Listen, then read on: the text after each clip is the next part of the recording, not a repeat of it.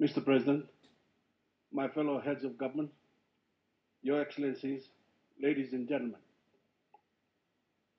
it is an honor for me, as the Prime Minister of Fiji, to take part in this high-level segment of the Human Rights Council, the first since we established our mission here in Geneva last June.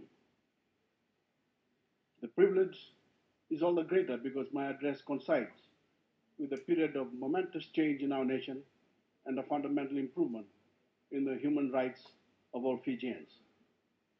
Mr. President, I stand before you as the democratically elected Prime Minister of Fiji, having led my Fiji First Party to a decisive victory in the first genuinely democratic election in Fijian history last September.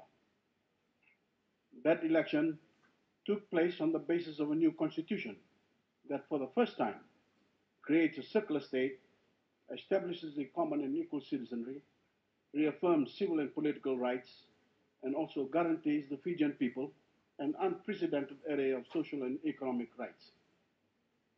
This includes the right to education, the right to adequate health care, adequate food and water, housing, sanitation, economic participation, a just minimum wage, social security, and specific rights for the people with disabilities and children.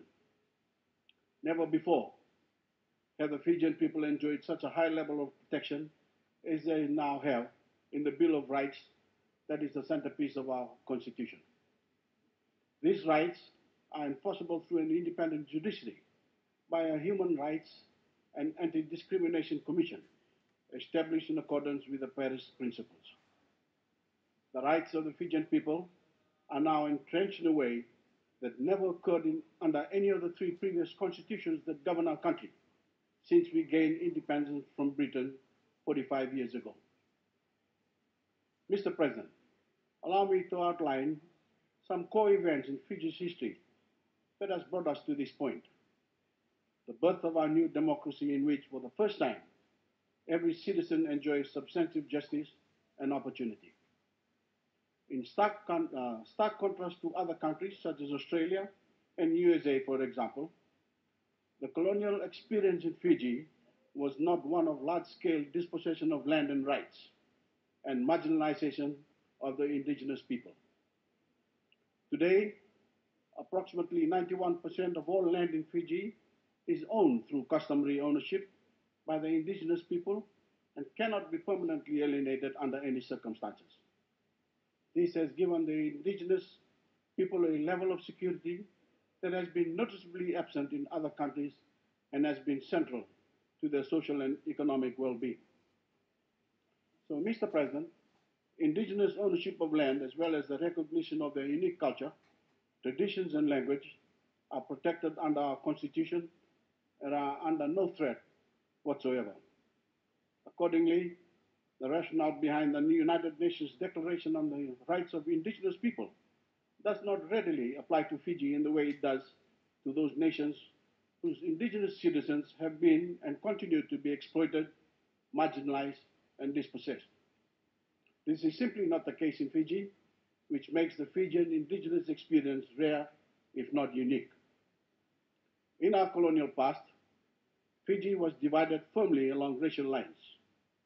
Based on ethnicity, children were educated at separate schools, and governments were chosen under an electoral system that was racially weighted in favor of indigenous Fijians. So this was the legacy we were left with by our colonizer at independence. And unfortunately, after independence, certain elites exploited these divisions for their own purposes. And this produced decades of instability, including 3 coups led by ethno-nationalists, 2 in 1987 and 1 in 2000, that tore our nation apart. Tens of thousands of citizens lost faith in Fiji and fled. We lost some of the best and brightest people, and our overall national development was retarded as we remained locked in a mindset of prejudice and distrust. Mr. President, in 2006, as commander of the military, I assumed control of Fiji and removed an ethno-nationalist government that it embarked on a campaign to marginalize our minorities and our underprivileged even further. Unlike previous takeovers, ours was to assert the principle of equality in our nations once and for all, and to assert the human rights of every citizen, irrespective of ethnicity, religious affiliation, personal circumstance, including socioeconomic status, sexual orientation, or gender identity. We drew a line under the past. We reset the national compass. We declared year zero to finally begin building a modern nation state in which universal principles of true democracy and human rights are enshrined in law and practice in our national life. After 8 years of comprehensive political, legal, and economic reforms, we returned Fiji to parliament rule last September in an election whose credibility was endorsed by an observer force made up of a multitude of nations and co-led by India, Indonesia, and Australia.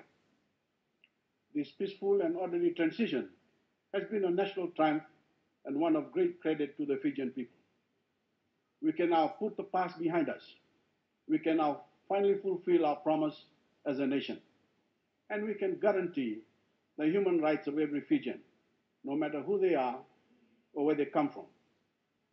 Mr. President, my government believes that human rights should not merely be restricted to civil and political rights.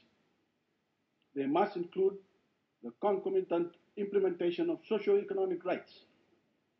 The reality is that rights do not exist in a vacuum, nor should they.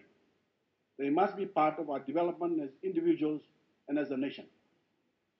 Our intrinsic sense and existence of human dignity must be realized and given every opportunity. It is within this context, for example, we see access to education as an important human right. For the first time, Fiji is providing our young people with free primary and secondary schooling, along with scholarships and student loans for any Fijian who gains a place at tertiary level. At the same time, we are developing a network of government telecenters across Fiji to give our people access to the internet and other benefits of the digital age. I wish at this meeting to publicly invite the United Nations Special Rapporteur on the right to education to visit Fiji and report on the progress we are making. And Mr. President, I am extending the same invitation to the United Nations Rapporteur on the right to water, because we have also made access to clean water a priority and are providing free water to Fijian households at the lower end of the socio-economic scale. Mr. President, Fiji as a developing nation has never stood taller or prouder in the world, nor is it more deserving of the support of the international community. Because, Mr. President, Fiji has delivered the biggest human right of all, the right to equality, human dignity, and justice for every citizen. In a world driven by inequality, injustice, and division, Fiji can hold its head high for what we have accomplished in such a short period of time, especially after decades of injustice and dysfunction. And it is against this background that I ask the global community to consider the merits of what we have achieved. The higher standards of justice, fairness, transparency, and accountability are now enshrined in our supreme law and are the principles to which we all aspire in our national life. And we are continuing the reform process to strengthen our new democracy and improve our human rights even further. The Fijian Constitution already says that every person has the right to freedom from torture of any kind, whether physical, mental, or emotional, and from cruel, inhumane, degrading, or disproportionately severe treatment or punishment. We will soon formally ratify the United Nations Convention against torture or uncared. It is currently with the relevant parliamentary committee for scrutiny. In the hearings before our parliament, the Fiji military forces and the Fiji police have both publicly committed themselves to the implementation of uncared. Mr. President, I'm also proud to report that our parliament passed a bill last month to remove the death penalty from our laws governing the military. So now, the death penalty has been completely removed from all our laws, giving credence to Section 8 of our Constitution, which is the right to life.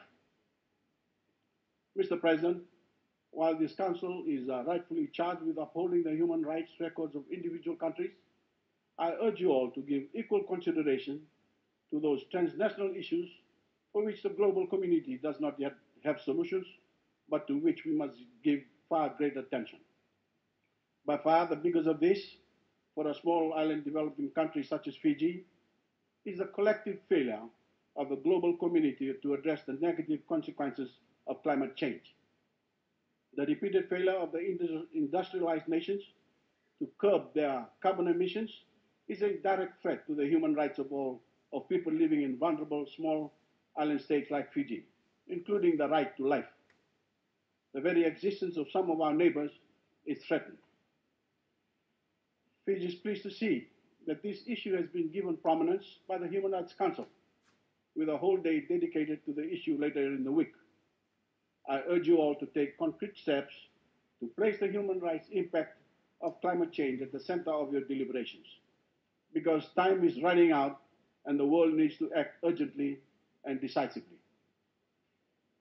Fiji, along with other of its Pacific neighbors, is also urging the Council to consider the human rights position of refugees seeking asylum in our larger neighbors, but who have been rebuffed and resettled among Pacific peoples. The impact of the policy of operating refugee camps in small island countries on local people as well as the refugees themselves deserves the closest scrutiny if the United Nations conventions have any relevance or significance at all. If human rights are universal, no country should be able to contract out an obligation to respect them, especially when dealing with the displaced, the vulnerable, and the children. And Fiji's position is that the international community can no longer continue to turn a blind eye to what we consider to be one of the greatest human rights challenges in the Pacific. Mr. President, the rapidly evolving regional and global environment has also made our region more vulnerable to other human rights concerns, including human trafficking, smuggling, and debt bondage. In fact, this category of illegal activity is quickly becoming one of the biggest threats to human rights in the Pacific, and it demands a decisive and unified response from our region and from the wider international community. For our part, in Fiji, we have strengthened surveillance and introduced new and tougher laws, and we are also committed to working closely with our neighbors, development partners, and global agencies. This is a challenge that we simply cannot ignore, and Fiji is determined to do everything we can to boost the international capacity to fight this threat. Mr. President, we are bringing the same determination to improve our own human rights record across the board and to affirm human dignity, fairness, justice, and the rule of law as our core values as a nation. Thank you for the opportunity to address this Council, and I wish you all the very best in your deliberations. And I thank you.